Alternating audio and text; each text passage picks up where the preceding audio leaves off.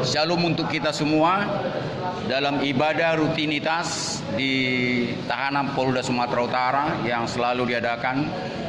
Ya, sekarang ini Minggu siang, tadinya Minggu pagi. Ya, jadi Minggu siang setelah jam 1.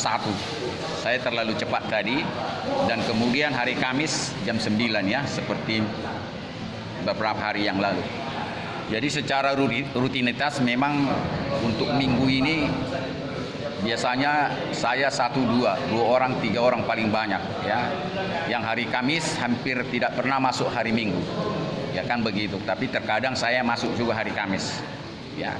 Jadi perkenalkan, nama saya yang belum kenal dengan saya, Pendeta Misionaris Daniel Pardede. Ya. Selaku pendeta misionaris artinya saya bukan pendeta gereja, namun pendeta keliling.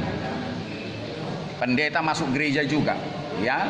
Jadi visi dan misi penabalan kami pendeta misionaris evangelis ini adalah ke pelosok-pelosok, artinya di luar jemaat. Tetapi banyak jemaat juga yang sudah lari, tidak berjemaat lagi, sudah meninggalkan gereja. Yang inilah yang kami layani. Jadi kalau ada di pengakuan iman rasuli ada gereja dan persekutuan. Nah, kita itu gereja sebetulnya. Karena dikenal gereja dan persekutuan itu sama-sama lembaga itu, ya. Persekutuan cuma enggak disebut gereja. Jadi kalau pendeta gereja biasa disebut penggembala, ya, penggembala. Makanya ada gereja, gembalanya siapa? Katanya kan begitu. Nah, kalau kami bisa juga mengembalakan, tapi tugas utama tupoksi kami itu menjangkau jiwa, menangkap orang yang sudah letoy, orang yang sudah meninggalkan ibadahnya kita tangkap, dan orang yang belum percaya atau satu iman kita tangkap. Ya, itu kita serahkan kepada gereja yang menggembalakannya. Jadi itulah tugas daripada kami, seperti saya yang terpanggil untuk ke penjara-penjara. Ya, jadi kalau saya di Sumatera Utara tidak asing lagi, Polres-Polres semua saya masuki. Ya, siapa di Nias di sini? Yang dari Nias nggak ada ya? Nah, yang dari Sibolga, yang Tapanuli pasti ada ya. Ya, saya sering masuk Tapanuli, Pak Barat, ya, Dairi, Hasundutan, ya saya masuk semua itu, Tanah Karo, ya, apalagi di sekitar Medan ini. Jadi ya, karena saya lihat wajah-wajah yang belum pernah saya berkenalan, tentu saya kenalkan diri saya bahwa penabalan saya itu sekali lagi adalah pendeta misionaris atau evangelis yang tugas pokoknya, visi dan misi kami adalah menjangkau orang, menangkap. Kalau istilahnya menjaring, menjala, apapun namanya bahasa Bible ini, jadi menjala. Ya, jadi kita ini dianggap orang-orang yang jauh di mata Tuhan, kita tangkap, kita bawa, kita serahkan kepada Dia. Ya, itulah bahasa kalau Bible di sini. Itu saya terima tahun 1979. Pertama saya ditabalkan itu di Jakarta dari Pusat Pekabaran Injil Indonesia. Pusatnya itu di Batu Malang, ya. Dan kedua kali saya juga ditabalkan dari Evangelisasi Ekumene Indonesia di Jakarta juga. Dan ketiga kali pun saya ditabalkan dari kampus Crusade for Christ. Semuanya ini berdasarkan Matius 28. Boleh buka di situ. Matius 28 ya, boleh dibuka di situ. Yesus mendekati mereka dan berkata, terus, kepadaku telah diberikan segala kuasa di sorga dan di bumi. Terus, karena itu pergilah, jadikanlah semua bangsa muridku, dan baptislah mereka dalam nama Bapa, Anak, dan Roh Kudus. Terus satu lagi, dan ajarlah mereka melakukan seperti apa yang sudah pernah kuajarkan kepadamu. Dan terakhir, dan ketahuilah Aku menyertai kamu sampai akhir zaman. Ini jangan lupa saudaraku. Kalau saya bisa menerima tohonan ini, saudara juga bisa.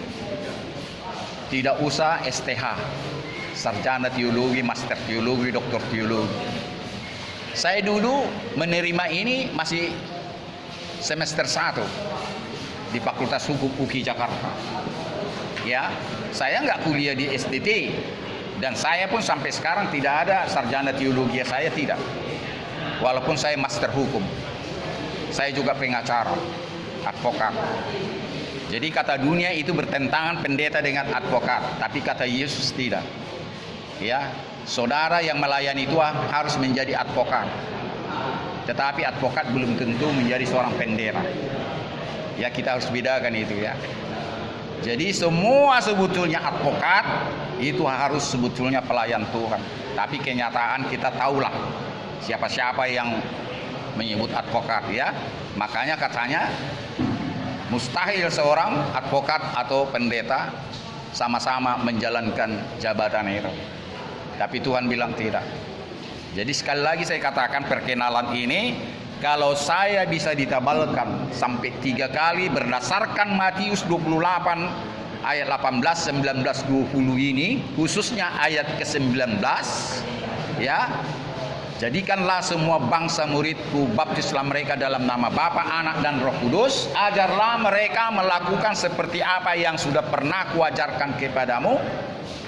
Dan ditambahkan ayat terakhir, ketahuilah bahwa aku menyertai engkau sampai akhir zaman.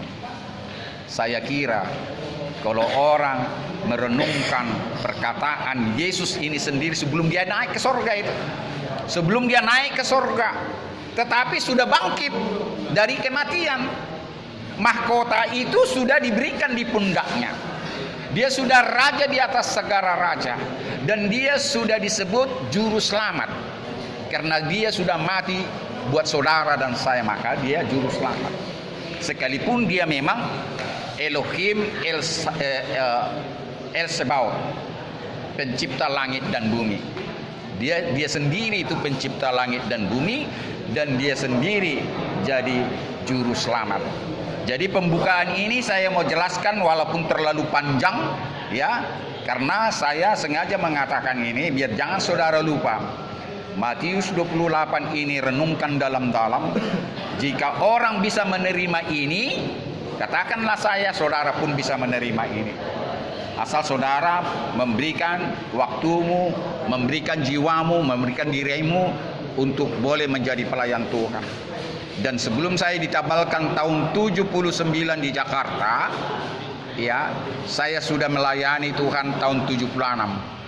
Saya sudah melayani Tuhan tahun 76 waktu saya kelas 2 SMA. Saudara bisa bayangkan kelas 2 SMA masih polos. Saya sudah merjamita, berkhotbah. Saya belum CD, padahal saya seorang HKBP. Dan disinilah saya buktikan sekarang luar biasanya Tuhan. Kalau dulu saya nggak mengerti, luar biasa Tuhan bisa menangkap saya. Bayangkan kelas 2 SMA sudah berkhotbah kepada mahasiswa-mahasiswa tingkat akhir waktu itu di USU.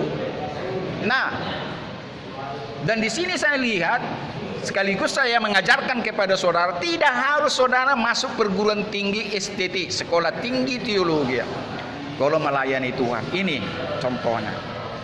Dan yang saya layani waktu itu adalah mahasiswa-mahasiswa. Kalau saudara tahu itu di Seputi itu sampai sekarang masih banyak yang hidup itu. Ya, itu jauh di atas saya, minimal 6 tahun di atas saya itu. Jadi sebelum kita atau mulai ibadah ini, perkenalan ini walaupun terlalu panjang, saya tidak ulang-ulangi lagi. Sekalipun nanti ada kawan-kawan kita yang baru, ya adalah waktu untuk itu. Apa tujuan saya untuk memperkenalkan diri seperti ini? Kalau saya bisa, kenapa saudara tidak bisa? Itu tujuan saya. Kalau saya mau, kenapa saudara tidak mau? Padahal akhir daripada kehidupan dunia diperhadapkan kepada Tuhan, pencipta langit dan bumi. Entah agama manapun di dunia ini akan tetap diperhadapkan kepada Sang Pencipta. Ya, ingat itu, Sang Pencipta. Pada umumnya dunia mengenal ada satu sang pencipta, hanya satu, yaitu yang disebut El Sebaot, pencipta langit dan bumi. Inilah yang saya mau perkenalkan kepada saudara. Saya belum tentu yakin saudara sudah mengenal dia secara pribadi. Cuma mungkin hanya sebatas saudara beragama Kristen. Dan saya sering mengatakan, beragama Kristen bukan dengan sendirinya orang Kristen. Jadi jangan sebut saya orang Kristen kalau belum betul-betul seorang yang mau mengikut Yesus. Karena dialah sang gereja, gereja agung. Tetapi kalau beragama Kristen, bisa saja kita gampang mengatakan itu. Saya ulangi sebelum kita berdoa, kalau saudara mengatakan saya seorang Kristen, ketahuilah sejauh mana saudara sudah mau menderita seperti dia. Karena tujuan orang Kristen adalah menderita seperti dia. Menderita bukan karena saudara narapidana, bukan saudara melanggar KUHP, tapi menderita untuk mengampuni orang yang bersalah kepadamu. Saudara tidak bersalah tapi menderita. Ini Yesus tidak bersalah tapi mau menderita, bahkan menanggung dosa saudara dan saya, menanggung dunia ini. Dan inilah yang menjadi hal yang paling pokok arti seorang Kristen. Kalau orang beragama Kristen, saudara sudah tahu, saudara bisa gonta-ganti agama, ya, 3 kali sehari pun bisa, itu tidak ada salahnya dan tidak dilarang pemerintah itu. Tetapi kalau Tuhan, kalau saudara sudah ditangkap, dan saudara tidak akan bisa lari dari cengkraman tangan Tuhan. Seperti saya kan, Tuhan tangkap saya tidak bisa lari. Kelas 2 SMA sampai sekarang umur saya 65 tahun. Dulu masih belasan tahun. Jadi perkenalan ini sekaligus saya menambah latar belakang saya yang sekaligus seorang advokat, biar saudara tidak canggung ya mengenal saya siapa. Dan minggu depan kita akan jumpa di tempat yang sama, dan kalau bisa saya sempatkan hari Kamis juga. Dan kalau saudara melihat saya mengambil videonya ini bisa sampai ke Mabes. Jangankan ke Polda, jangankan ke Polres. Ini masuk ke Mabes juga. Nanti boleh lihat YouTube saya kasih kartu saya. Ya, jika saudara nanti ada kerinduan, buka YouTube itu dan lihatlah wajah Anda di situ. Dan lihatlah bagaimana saudara menerima kebenaran yang selama ini saudara tidak pernah dengar. Ada banyak agama Kristen, ada banyak orang beragama Kristen, tapi tidak mengerti menjadi seorang Kristen seperti apa. Tidak gampang mengartikannya itu saudaraku. Jadi saya sengaja mengambil Mika 5 ayat 1. Nanti kita baca, kita berdoa dulu, nanti kita bernyanyi. Apa lagu tadi? Apa yang saya katakan tadi? Selamat datang. Mari kita berdoa dulu. Bapa yang baik, di tahanan Polda Sumatera Utara ini, tatkala Tuhan bulan Desember ini umatmu sudah banyak merayakan kelahiran, mengingat kelahiranmu.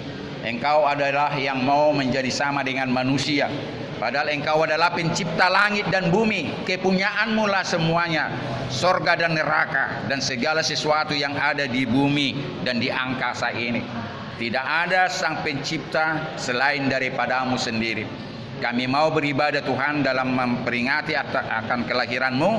Untuk ini Tuhan, kami tahu engkau yang kudus, ya, El Kados, sedangkan kami adalah debu tanah. Biarlah ibadah kami ini boleh berarti bagi Tuhan. Karena itu sucikan hati, pikiran kami, jiwa batin kami, dan pimpin roh kami Tuhan dalam ibadah ini. Biar jangan sia-sia, dan ibadah ini mau kami persembahkan untuk kemuliaan-Mu. Karena itu layakkanlah kami orang yang berdosa ini. Layakkanlah kami yang sedang dalam proses tahanan, yang proses pidana, yang proses kami melanggar KUHP. Tolong Tuhan, dalam ibadah yang sungguh-sungguh ini, kami tahu bahwa dalam tempat ini adalah suatu hal yang berharga bagi kami. karena Tuhan menghargai kami dengan Engkau mengutus hamba-Mu datang kemari untuk menyampaikan pekabaran Injil kepada kami sendiri. Tuhan, sekali lagi kuasai hati, pikiran, jiwa dan batin kami dan seluruh ruangan ini Tuhan. Jangan ada kiranya mengganggu dengan roh-roh kejahatan, roh-roh yang mengganggu roh kebenaran, roh suci yang daripada-Mu. Sehingga Tuhan, kami mendapatkan berkat yang berlimpah daripada-Mu. Sebentar kami mau bernyanyi, sebentar kami mau merenungkan firman-Mu. Mampukan kami Tuhan menyantapnya, hingga boleh firman-Mu ini menjadi rema yang boleh tidak akan keluar lagi dalam tubuh kami ini, dalam jiwa dan batin kami, dalam hidup kami sehari-hari. Karena Tuhan sudah memateraikan firman-Mu yang sudah Engkau berikan kepada kami. Terima kasih Tuhan. Berlangsunglah kiranya ibadah kami ini dalam nama Bapa, Anak dan Roh Kudus. Haleluya. Amin. Saudara, biasa tepuk tangan buat Tuhan. Bukan harus Pentakosta loh tepuk tangan, bukan harus karismatik. Boleh tepuk tangan untuk Tuhan kita. Silakan tepuk tangan, ya. Saya tidak mengajarkan saudara menjadi karismatik, jangan salah.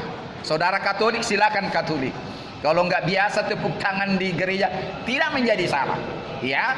Saya sering katakan itu. Saya bukan seorang karismatik dan tidak harus karismatik. Kalau saya bertepuk tangan yang menari-menari bagi Tuhan. Karena dalam pelayanan saya tidak pernah saya membawa-bawa gereja. Dalam pelayanan saya tidak membawa-bawa sekte. Kalau saya membawa sekte, saudara tidak mendengar saya, karena gerejamu dan gerejaku berbeda. Amin. Sekali lagi tepuk tangan buat dia. Jadi kita meriahkan ibadah ini yang luar biasa dalam bulan Desember ini. Saudara, begitu dimampukan Tuhan mencicipi hadiratnya. Ini hadirat Tuhan.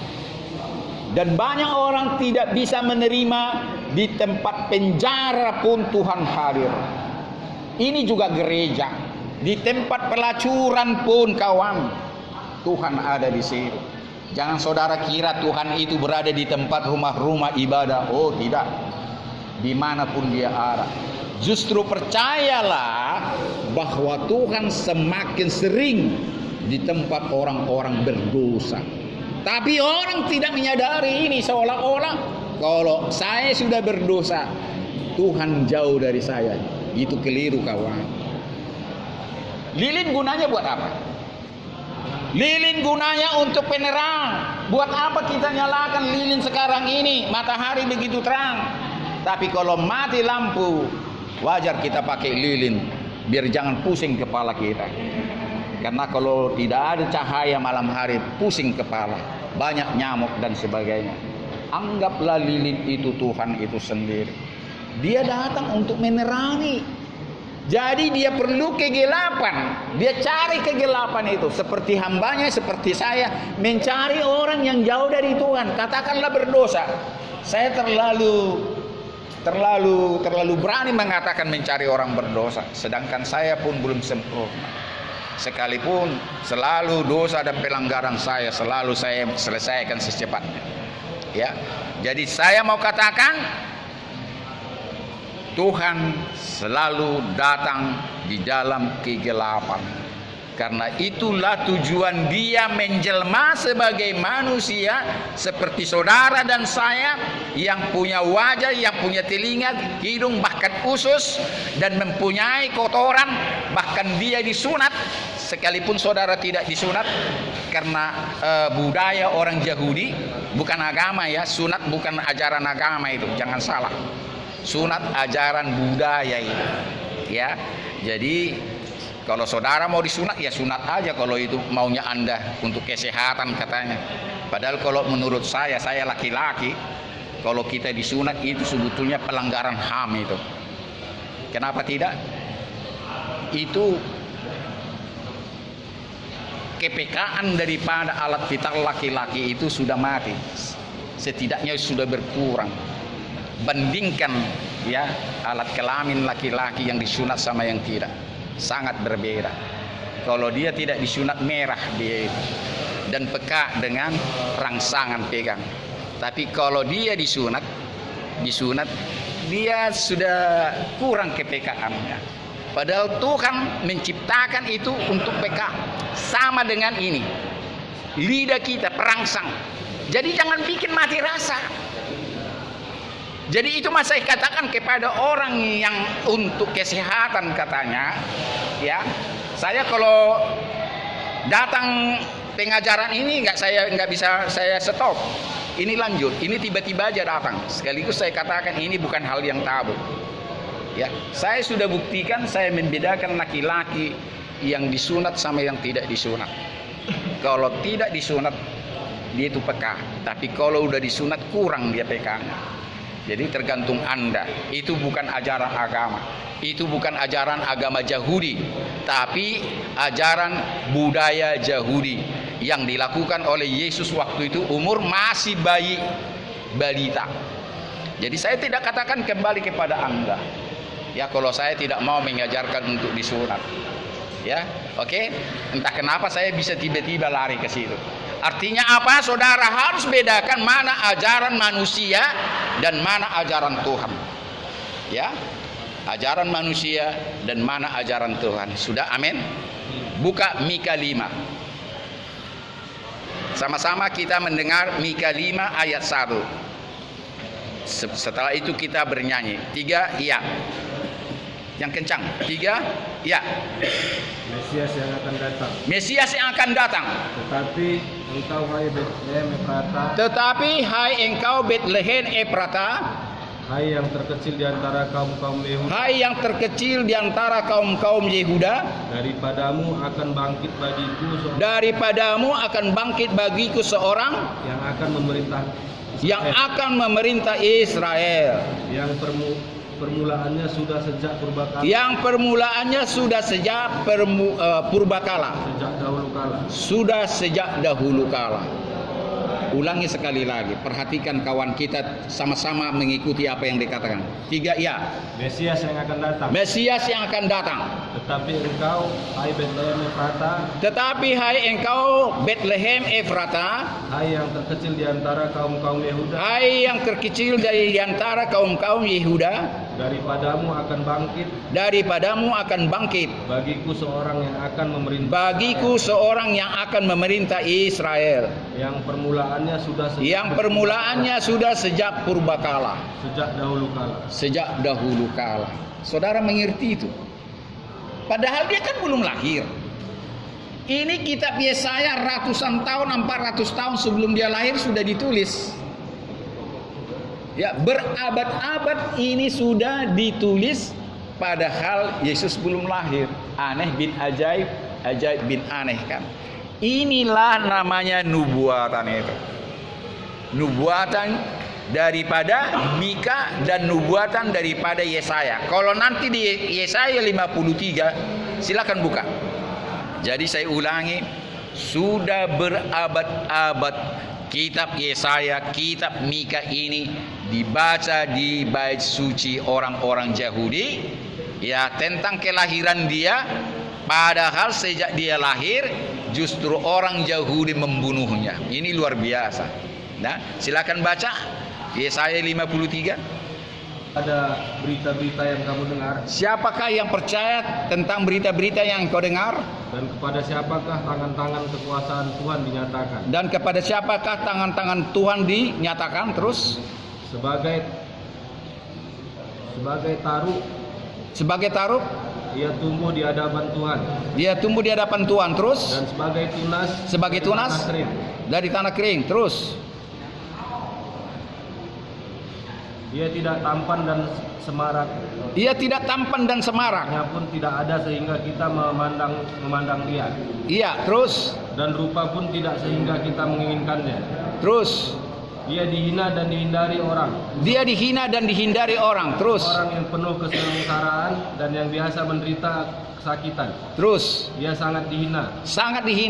Sehingga orang menutupi mukanya terhadap dia. Dan bagi kita pun dia tidak masuk hitungan. Ulangi. Bagi dia kita pun tidak masuk hitungan. Terus sedikit lagi, terus. Tetapi sesungguhnya penyakitlah yang ditanggungnya. Perhatikan. Penyakitlah yang ditanggungnya. Terus. dan kesengsaraan kita yang dipikulnya. Dan kesengsaraan manusia dipikulnya. Terus. Padahal kita mengira dia kena tulah. Terus. Dipukul dan ditindas-tindas Allah. Terus. Tetapi dia tertikam oleh karena pemberontakan. Perhatikan, kita. Ulangi sekali lagi. Tetapi dia tertikam oleh karena pemberontakan kita. Oleh karena pemberontakan kita. Coba perhatikan. Sedang dia belum lahir aja sudah dikatakan ditikam. Aneh kan? Bapak ngerti maksud saya? Mengerti? Mengerti kan? Jangankan lahir, dia sudah dikatakan sudah ditikam di sini. Inilah nubuatan yang artinya firman Tuhan kepada nabi yang ditulis, yang dikatakan kepada manusia akan lahir, ya, juru selamat itu, dan sudah dikatakan di sini dia akan ditikam, dihina, dicibir, diludahi, di apa semua. Padahal belum lahir. Namun dia katakan kerajaannya dari sejak purbakala sebetulnya itulah pencipta langit dan bumi itu, bapaknya di sorga. Jadi orang kadang bingung loh, bagaimana Yesus belum lahir katanya kerajaannya sudah sejak dahulu kala. Artinya disinilah bahwa pencipta langit dan bumi itulah yang menjelma di dalam Yesus itu. Jadi saya berusaha biar saudara betul-betul mengerti ya siapa Yesus itu. Ya, dia sudah ada sejak dunia ini dijadikan. Sebelum dunia ini dijadikan. Tetapi kelahirannya dalam wujud sebagai manusia yaitu 2000 tahun yang lalu. Tapi sudah dinubuatkan para nabi. Ada banyak nabi-nabi. Terlalu panjang waktu kita membaca itu.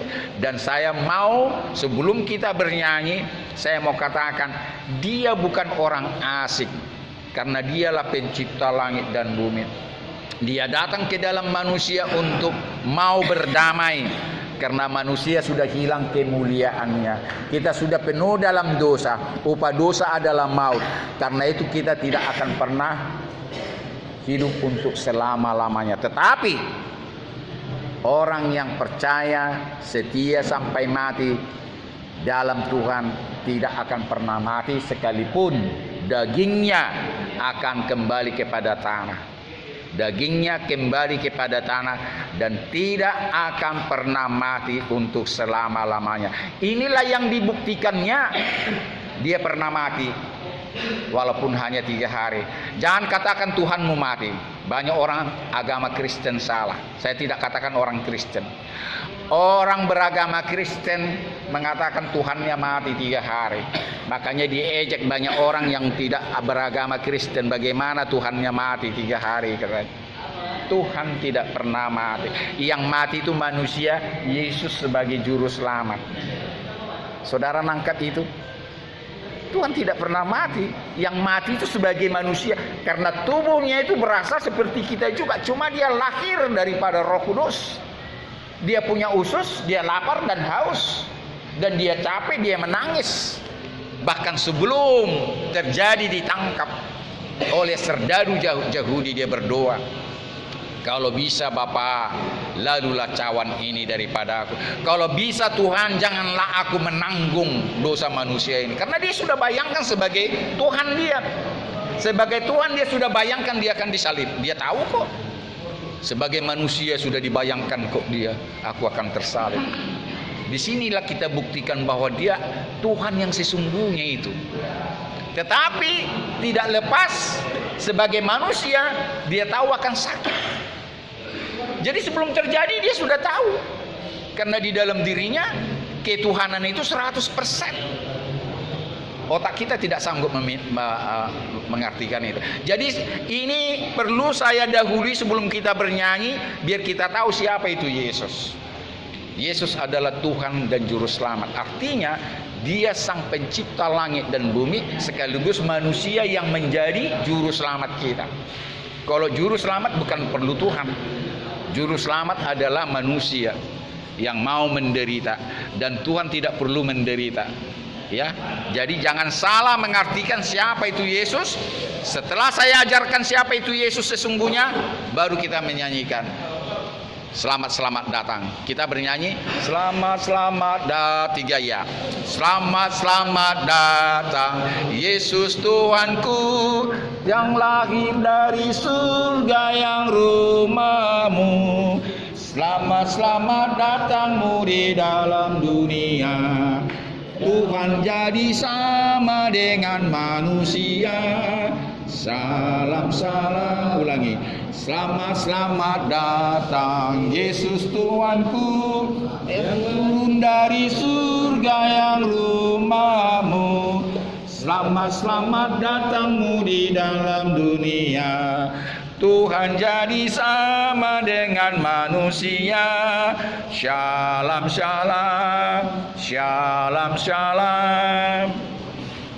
Sebelum kita lanjutkan merenungkan firman Tuhan, saya tidak bisa lebih lengkap mengartikan firman Tuhan kepadamu sebelum saya mengenalmu.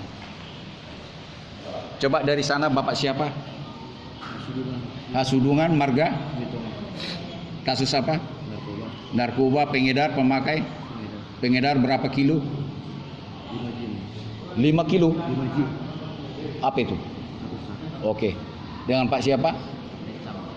Tambah. Oh, sudah kenalan ya? Sangkaannya? Saya. Ya? Oh ya. Saya sudah kenal. Ya, Bapak? Sembiring. Dari gereja mana tadi? Oh, sini dekat ya? Oke, oh ya. Oh, sudah kenal. Ini Pak Sembiring.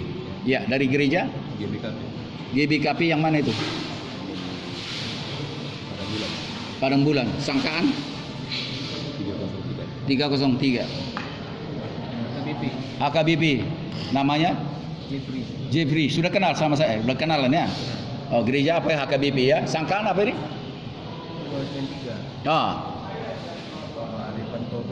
Oh, Tobing. Ya. Gereja CWS Karismatik Warso. Yang mana itu? Simpang Gloria Pak, Gloria Darussalam. Tahu. Ya, saya tahu. Ya, Pak Daniel kembali. Ya, saya kenal. Saya sering ke sana. Ya, bahkan dulu CWS pertama dulu Jakarta saya sudah ada di situ. Ya, di Gedung Kenanga. Ya, CWS. Jadi nggak siapa-siapa. Walaupun saya aktif di situ, tidak harus saya seorang CWS. Ya. Saya bawa di situ karena istri saya dari Muslim dia. Oh, luar biasa. Agama Kristen. Dia supaya dia lebih mengerti. Ya. Oh iya, lebih gesit ya mengajarkan firman Tuhan itu ya, lebih gesit. Karena sekolah minggu itu pakai kelas-kelas itu. Ya, sampai ada kalau tidak saya ada minimal 5 kelas itu, beda-beda usia ya, luar biasa di situ ya CWS. Saya juga terlibat di CWS. Ya, sangkaan?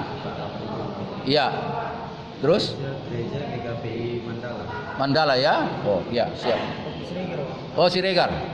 Sangkaan? Pemakai, pengedar. Berapa kilo? Oh ya. Sudah berapa kali? Baru perdana. Jadi sekali lagi saya mau bertanya sama bapak-bapak sehingga nanti dalam perenungan ini tercover dia. Jadi kita tahu penyakitnya, kita kasih obatnya.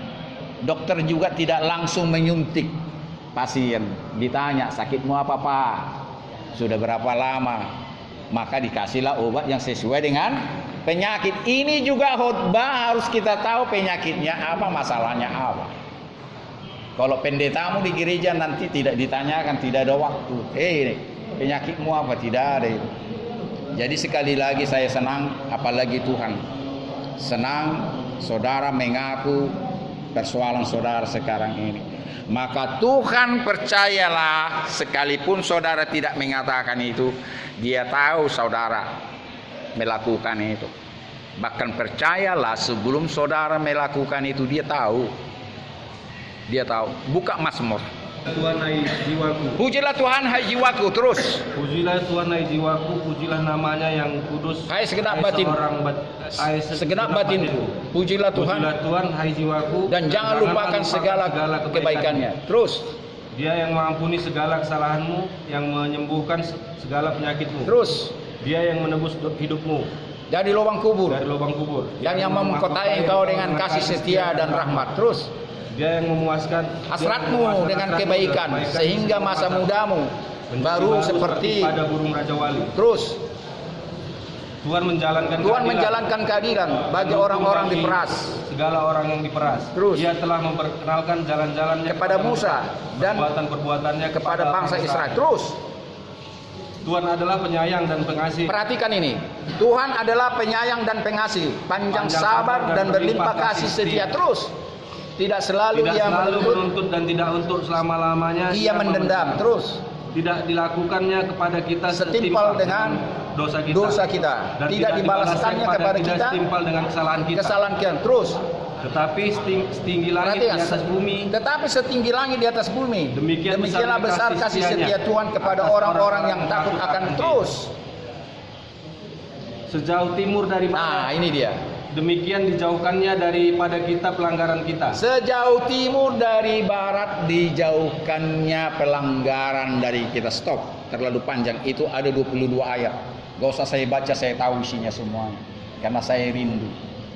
Kalau saya bisa tanpa saya baca lagi, kenapa saudara tidak bisa? Saudara jujur. Ini bukan karena saya ya pendeta, tidak. Karena saya punya kerinduan. Ya. Beratus-ratus ayat, tak usah saya baca lagi, saya tahu itu apa isinya. Lebih cepat saya mengatakan daripada saudara membaca. Amin. Nah, saya mau katakan tadi apa? Sejauh timur dari barat dijauhkannya pelanggaran. Makanya saya bilang tadi, Tuhan tahu apa yang saudara lakukan. Cuma saudara tidak peka dengan suara Tuhan. Sebetulnya dia menegurmu sebelum saudara melakukan itu. Cuma saudara nggak peka. Ya, coba buka di Matius. Orang miskin. Berbahagialah orang miskin di hadapan Tuhan. Karena merekalah yang mempunyai kerajaan sorga. Terus, berbahagialah orang yang berduka cita karena mereka akan dihibur. Terus. Berbahagialah orang yang lemah lembut karena mereka akan memiliki bumi. Terus. Berbahagialah orang yang lapar dan haus akan kebenaran karena mereka akan dipuaskan. Terus yang cepat. Berbahagialah orang yang murah hatinya karena mereka akan beroleh kemurahan. Terus. Berbahagialah orang yang suci hatinya karena mereka akan. Perhatikan ini. Berbahagialah orang yang suci hatinya karena mereka akan melihat Tuhan. Jadi orang melihat Tuhan sama dengan mendengar suaranya harus dalam kesucian, kawan. Itu artinya di situ. Tanpa kesucian saudara tidak mendengar dia. Jadi sebetulnya dia bicara. Percayalah. Setiap orang yang suci di hadapan Tuhan, walaupun tidak seperti kesucian dia, didengar suara Tuhan itu setiap hari. Tapi karena orang di dalam kekotoran setiap hari, bayangkan begitu bangun cari CK, ditanya istrinya mimpi apa, ditanya anaknya mimpi apa, berangan-angan terus, terima telepon, siapa yang minta narkoba, siapa yang mesani ini. Baru bangun aja uang dipikiri, mau tidur pun uang dipikiri.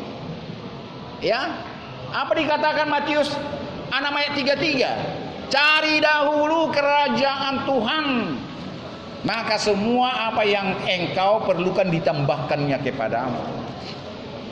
Ya, cari dahulu kerajaan Tuhan. Matius 6 ayat 33. Tapi manusia mau jalan pintas. Khotbah kita hari Kamis kemarin ya, jalan pintas katanya. Ya, karena waktu kemarin hari Kamis ya sangat terbatas. Ini dia. Padahal sebetulnya kalau kita suci setiap hari, begitu bangun tidak ada kata selain haleluya, puji Tuhan. Terima kasih Tuhan saya bangun. Bukankah kita begitu bangun kalau enggak putar TV, buka ini dan ini, buka HP dan sebagainya, hanya mengatakan terima kasih Tuhan, puji Tuhan, itu pun tidak bisa kita lakukan. Ya.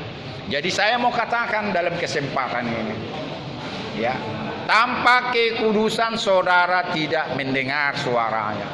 Tanpa kekudusan saudara tidak mengerti firman Tuhan. Tanpa kekudusan hidupmu tidak pernah damai sejahtera yang berasal daripada Dia. Damai sejahtera yang saudara dapat damai sejahtera yang sementara, yaitu ya inilah dari rokok ke narkoba dan sebagainya. Rokok sendiri sebetulnya sama dengan narkoba, apa bedanya? Sama itu. Cuma rokok murah, narkoba mahal. Sama itu, alat-alat perangsang dan apa semuanya. Rokok masih bisa dilegalkan, narkoba tidak, dan sebagainya. Tetapi kalau orang dekat sama Tuhan tanpa rangsangan ini, termasuk saudara yang punya istri tanpa ada makan-makan obat kuat, obat ini, ada kepuasan kok. Kenapa harus pakai obat-obat itu dan sebagainya? Ya. Jadi kalau memang orang dalam kesucian, saya ulangi sekali lagi, damai sejahtera didapatkan itu dan tidak akan pernah luntur, bertahan lama. Kalau hanya damai sejahteramu, sukacitamu beria-ria dengan uang, sebentar habis. Lupanya itu. Saudara jalani Amerika, Australia, benua manapun di dunia ini, sesaat ajanya itu. Saudara makan apa juga terbatasnya. Mau makan yang paling enak, tidur di hotel bintang 5 setiap hari, belum tentu saudara damai sejahtera. Kemarin saya berbincang-bincang dengan orang tentang bagaimana tinggal di Jakarta. Saya belum pernah lihat di Medan ini rumah 1,5 meter rumah di pinggir jalan kereta api. Kalau sekarang memang sudah bersih, ya. Kalau dulu sepanjang jalan itu 1,5 meter rumah kardus. Kalau dari papan tak boleh, kalau kardus boleh. Bayangkanlah, kereta api lewat, kardus itu goyang-goyang dan apa semua. Sementara saja. Di situ dia melahirkan, di situ membesarkan anak, di situ tidur, di situ berhubungan badan, di situ berdoa dan apa semua. Bahkan banyak orang Kristen juga di sini. Dan gerejanya pun terkadang itu kardusnya disatukan. Ada juga seperti itu. Ada beberapa orang beribadah di situ. Saya mau katakan apa? Saudara bisa bayangkan, belum tentu orang yang rumahnya mewah, bertingkat dan sebagainya, punya mobil lebih dari 1 parkir situ, belum tentu kebahagiaannya itu orang yang tinggal di rumah kardus. Karena saya sudah lihat sendiri orang yang tinggal di rumah kardus yang 1,5 meter kali 2 meter itu, katakanlah 2,5 meter kali 1 meter, pintunya pun kardus juga dan sebagainya. Itu suami istri bisa pijit-pijitan. Suaminya bisa mencari kutu dari istrinya, istrinya bisa mencari uban dari suaminya. Coba di keluarga mana saudara pernah lihat orang kaya seperti itu? Tidak pernah kan? Paling-paling istrinya ke salon, suami pun ke salon, ya, korek kuping pun ke salon, ya kan? Kan banyak ini di Medan Baru. Saya kan tinggal Medan Baru, di Petisa itu. Kalau saudara lihat Petisa, korek kuping ada situ, masuk salon saudara. Luar biasa kan? Korek kuping aja ke salon, pakai plus-plus lagi dan sebagainya, ya. Apalah susahnya ini cari korek kuping ini, coba.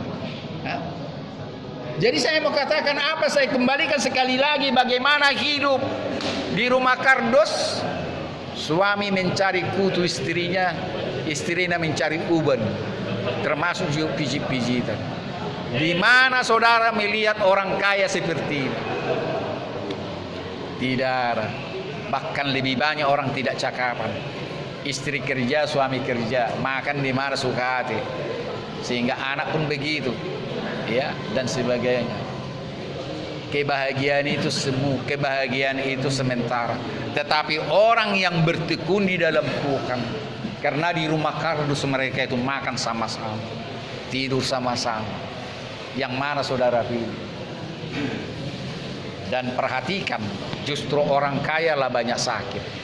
Orang-orang tinggal di rumah kardus hampir tidak ada sakit. makan sangat terbatas, nyamuk di sana sini, bau di mana-mana bertaburan, tapi luar biasa tidak sakit. Jadi saya mau katakan itulah, ya, justru Tuhan sebetulnya memelihara manusia itu. Bahkan pernah saudara lihat, mendengar maksud saya, Yesus pernah mengatakan, lihatlah bunga bakung di lembah. Apakah mereka memintal untuk dirinya sendiri? Tidak. Tapi begitu dia indah dipandang, termasuk saudara. Saudara lebih indah dari bunga bakung itu dikatakan di Bible. Tapi kita nggak percaya dengan itu.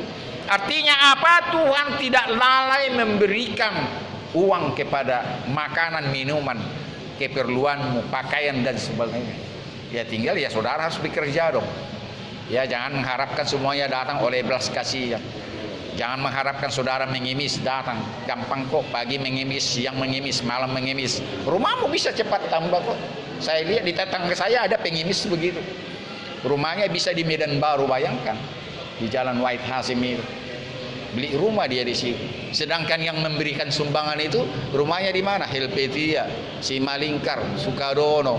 Itu bayangkan rumah pengemis tinggal di Jalan White Hasim sewam. Sedangkan yang memberikan uang tinggal di rel kereta api. Di mana keadilan itu coba? Karena itu saudara harus pernah membaca firman Tuhan. Tuhan tidak pernah memberikan keturunan mengemis, meminta-minta. Bahkan saudara diciptakan untuk memberikan orang, bukan meminta. Memberi, bukan meminta. Ikutilah perkataan Raja Daud. Ya, apa dikatakan Raja Daud dalam ini sering sekali saya katakan dalam Mazmur 23. Tuhan gembalaku yang baik, takkan kekurangan aku. Terus, takkan kekurangan aku. yang memberikan aku di padang yang berumput hijau. Terus, Dia membimbing aku ke air yang tenang. Ia menyegarkan jiwaku. Terus, Dia menyegarkan jiwaku. Ia menuntun aku di jalan yang benar. oleh karena namanya. Terus, sekalipun aku berjalan dalam lembah kekelaman, aku tidak takut bahaya. sebab engkau Besertaku, gadamu dan tongkatmu itulah yang menghibur aku. Terus, Engkau menyediakan hidangan-hidangan bagiku. iya, Dia ingat, lawanku. ulangi. Engkau menyediakan hidangan bagiku, artinya makan dan minum bahkan di hadapan lawan-lawan. Ini yang saya katakan tadi. Ulangi sekali lagi kawan. Engkau menyediakan hidangan bagiku bahkan di hadapan lawan-lawanku. Terus, Engkau mengurapi kepalaku dengan minyak. perhatikan, engkau mengurapi kepalaku dengan minyak, pialaku penuh melimpah. Sehingga, ini dia, sehingga kebajikan dan kemurahan belaka akan mengikutiku seumur hidupku. Nah, perhatikan. Diam di dalam rumah Tuhan. Sebelum itu, karena Tuhan memberikan piala lumbung kita berlimpah-limpah, ya makanya ada banyak kita berikan kepada orang. Gak mungkin saudara memberikan kepada orang yang saudara makanannya dapat hari ini, makan hari ini. Itu impossible. Itu gak mungkin. Ya, bahkan Rasul Paulus mengatakan apa? Janganlah terlalu saleh. Ya, berkhidmatlah kita. Ya, memberi sedekah, memberikan orang miskin, memberikan makan dan minum. Ya kalau itu untuk satu hari ini ya janganlah. Ya cukup kita makan. Gak mungkin lah. Jadi jangan terlalu saleh kata Rasul Paulus. Ya kalau memang makanan kita untuk hari ini ya udah cukup. Gak usah kasih sama orang lain. Itu kita bodoh. Tapi kalau kita rindu untuk memberikan kepada orang, berdoa kepada Tuhan. Tuhan, berikan aku banyak uang. Berikan aku banyak beras. Berikan aku lumbungku penuh, melimpah sehingga aku bisa melakukan kebajikan dan kemurahan. Amin. Itu logikanya. Logikanya betul. Tapi pernah dengar janda di Sarpat? Saya tambah sedikit lagi. Pernah dengar kisah janda yang tinggal sedikit tepung hanya bikin satu roti, dan minyak untuk bikin roti itu tinggal minyak terakhir dan tepung terakhir. Datang Nabi Elia, padahal janda di Sarpat ini bukan orang Yahudi, bukan orang Israel. Ya, orang penyembah berhala ini. Orang Yahudi tidak menyembah berhala, menyembah Tuhan. Di Batana Darida sana yang jelas. Ya, tapi orang Sarpat di situ adalah orang penyembah berhala, tapi Tuhan mengutus dia kepada janda di Sarpat itu, padahal di situ sudah musim 4 tahun kemarau, tidak ada makanan minuman. Datanglah janda di Sarpat ini, karena engkau aku lihat seorang hamba Tuhan, aku memberikan makanan terakhir ini kepadamu, walaupun ini makanan terakhir aku dengan seorang putriku. Dia tinggal sama putrinya, anak gadis. Dibikinlah makanan terakhir yang seharusnya dimakan. Saudara tahu, dimakan sama Nabi Elia, dimakan, habis minyak, habis pelipu. Tapi tahu saudara, dilihatnya di belakang bakulnya itu bertaburan tepung-tepung, bertaburan seperti air dia begitu, padahal tepung. Dan minyaknya itu dalam buli, katakanlah botol itu, bertaburan minyak itu sampai dia mati. Inilah mau saya katakan apa? Bahwa jalan Tuhan terkadang tidak masuk sama akal kita. Asal kita mau, sebetulnya Tuhan memberikan apa yang saudara perlu. Tapi kalau kita pakai akal okol kita, terjadilah jalan pintas seperti khotbah hari Kamis itu. Mencuri, merampok, menipu, ya, menjual barang-barang terlarang dan sebagainya. Semuanya serba instan. Dan saya mau katakan kepadamu kawan, di dunia ini Tuhan masih menurunkan mujizat. Mujizat itu tetap nyata. Di karismatik selalu itu dibicarakan, mujizat itu nyata di mujizat. Saya orang karismatik, ya, bukan tidak harus saya pindah gereja, tidak. Semua gereja saya masuki. Jadi wajar kalau saudara rindu kepada gereja itu karena apa? Ya, di situ ada penelahan Alkitab dengan teratur dan sebagainya. Sekalipun gereja yang sesungguhnya yang paling benar adalah di dalam Yesus Kristus. Gereja yang paling benar adalah di dadamu sendiri. Saudara sendiri adalah gereja yang paling benar, dan sering saya katakan itu. Mari sama-sama mengikut perkataan saya. Sama-sama kita mengatakan, aku percaya.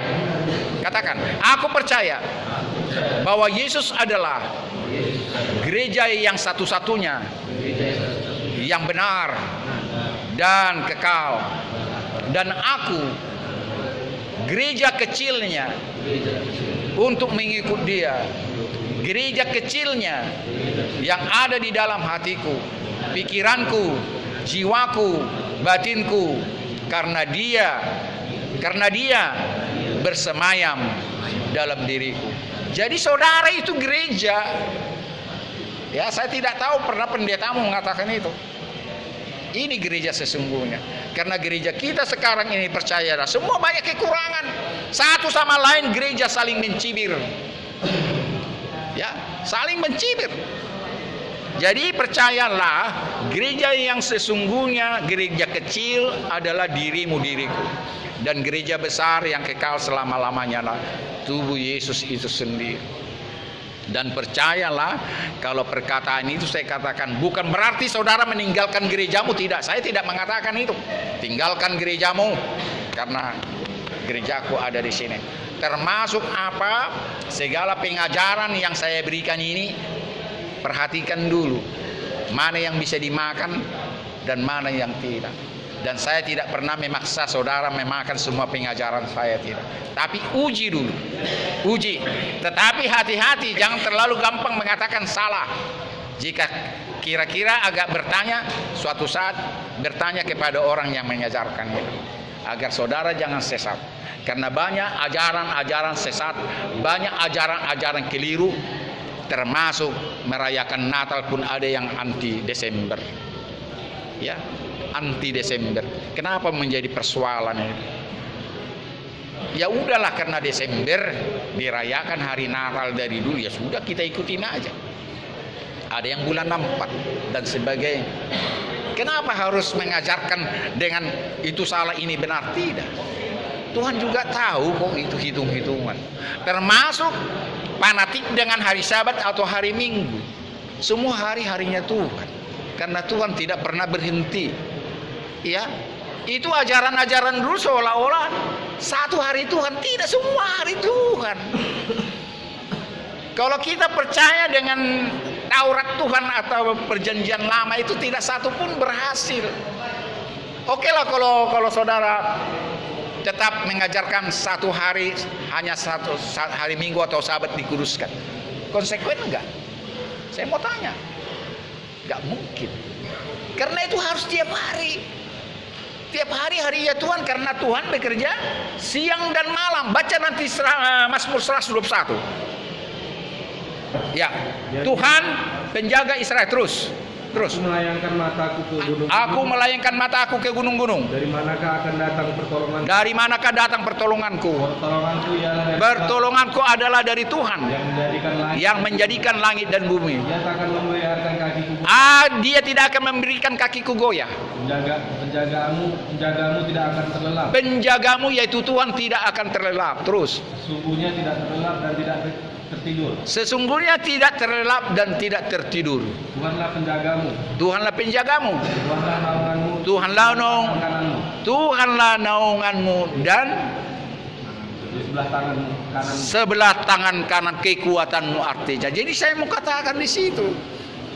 Jadi percayalah, setiap saat saudara berhubungan dengan Tuhan, tidak harus hari Sabat atau hari Minggu, tidak harus hari Natal.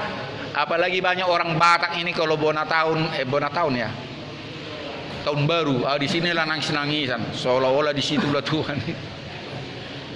Bagus, ujung tahun kumpul gitu. Ya habis itu lupa lagi. Bernangis-nangisan memang, sering berdoa begitu. Saya tidak katakan salah. Tetapi kenapa sekali 1 tahun? Natal baru, Paskah baru, hari-hari biasa enggak. Jangan bro. Semua hari-harinya tuh. Bukan berarti kita tidak usah rayakan Natal, gak usah rayakan. Kita rayakan. Tapi yang mau saya katakan, apa arti daripada itu? Sedangkan hari-hari besar itu kita enggak memuliakan Tuhan. Tunggu ulang tahun dia doanya panjang. Kalau hari-hari biasa doanya pendek saja, amin gitu aja cukup. Kalau dia sakit panjanglah doanya. Jangan. Jadi tatkala saudara dilanda duka cita, sukacita, saudara tetap stabil. Ingat Tuhan. Jangan tunggu saudara kena dor kakinya. Ada kemarin itu dua nih bolong kakinya Marga Marpaung ya. Udah enggak di sini lagi. Coba. Padahal kasusnya sepele. Hanya sekian juta saja dia curi. Cobalah kakinya didor. Kan kasihan kita, bolong gini. Nah, alangkah malangnya dia itu. Kenapa harus mencuri? Kenapa harus melawan dan sebagainya. Jadi saya mau katakan akhir daripada sesi pertama ini. Ya. Saudara harus merenungkan apa yang sudah disampaikan, bahwa Tuhan sangat peduli kepadamu dan Tuhan sangat berharga melihatmu. Karena apa? Dia paling sering mengunjungi orang-orang yang jauh, orang-orang katakanlah berdosa. Justru inilah dia datang ke dunia ini. Dan percayalah dia selalu memperhatikanmu. Dan ada waktumu saudaraku untuk menyesali dan meninggalkannya. Jangan tunggu saudara keluar dari penjara ini. Di dalam penjara sangat indah apabila saudara bertobat. Kalau Jack Marpaung bisa, kenapa saudara tidak bisa? Jack Marpaung diciptakan kamar 13. Ciptakanlah kamar 14 atau kamar 15, 16, 17, 18. Ini katakanlah blok J, blok K. Di blok K onma. Kayak mana itu? Narapidana. Bikin di blok C onma. Gitu. Ayo kita nyanyikan dulu ya. Kita nyanyikan.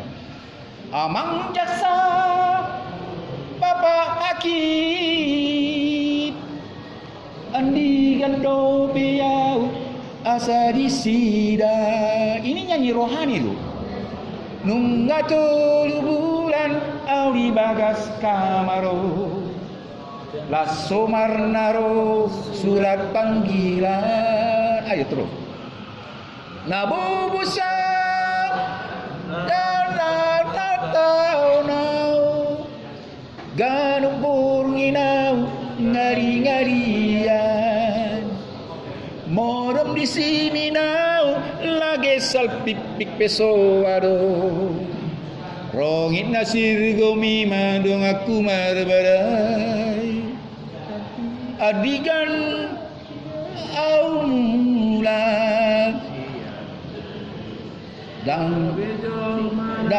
dang ulau kube si songoni. Terus di kamar 10 toluan di dana. Terus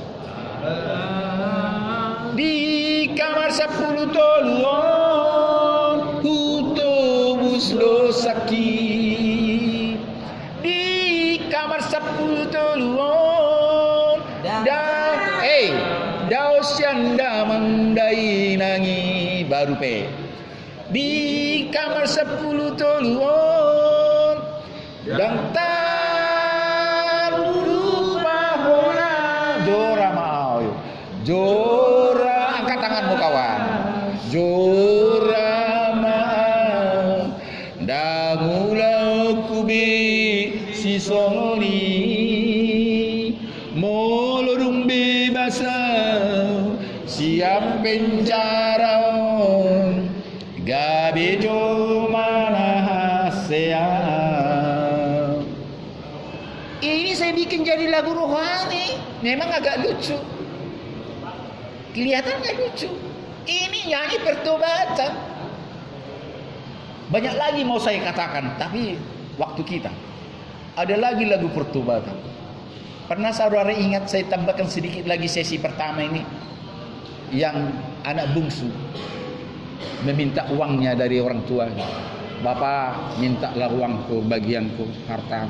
Janganlah anakku, umurmu belum cukup megang uang segini. Katakanlah bermiliar. Katakanlah 1 M. Enggak Pak, suka lah aku mau keluar negeri. Pokoknya kasihlah bagianku. Jangan aku, bukan aku enggak kasih. Belum sanggup, enggak kasihlah. Dikasihlah akhirnya. Saudara tahu akhirnya habis uangnya kan, berpoya-poya dia kan. Terakhir dia jadi tukang kasih makan babi. Ya ingat itu. Makan babi, tukang kasih makan babi itu dimakan dia. Ya, akhirnya lapar lah dia satu ketika. Mau dimakan nasi babi ini dilarang, jangan kau makan itu. Dilarang, itu makanan babiku. Makananmu sudah cukup, bayangkan. Kamu bisa rasakan itu, coba. Nasi babi dilarang bertuhan. Bapak katanya, nasi babi pun tak bisa kumakan lagi katanya. Nasi babi Pak, aku mau pulang Pak, aku mau jadi karyawanmu. Aku mau pulang Pak. Bertobatlah dia, pulanglah dia. Gak ada uangnya lagi, ongkosnya pun jalan kaki lah dia. Singkat cerita, pulanglah dia. Ya namanya pegang babi ya bawa babi lah itu. Kita bisa bayangkan. Saudara tahu di tengah jalan justru bapaknya yang ngejar dia. Anakku dirangkul. Jangan langkut aku bawa babi aku. Aku bikinlah budakmu katanya. Enggak, kau tetap anakku. Kau tetap anakku. Dirangkul dia, nangis dia. Ayo kita pulang, kita rayakan. Sampai di rumah dirayakan kan. Pesta pora, dipanggil karyawannya, potong lembu tambun, kasih dia topi, kasih baju, kasih sepatu baru, bikin selendang anak raja. Luar biasa. Saya mau katakan, memang agak panjang lagi ceritanya. Artinya apa? Ada pertobatan itu selalu, ada kesempatan, pergunakan ya. Jadi Tuhan mau melihat manusia itu kembali. Tahu di dunia ini sulit untuk makan dan minum. Tetapi kalau kita bertekun tidak ada kesulitan.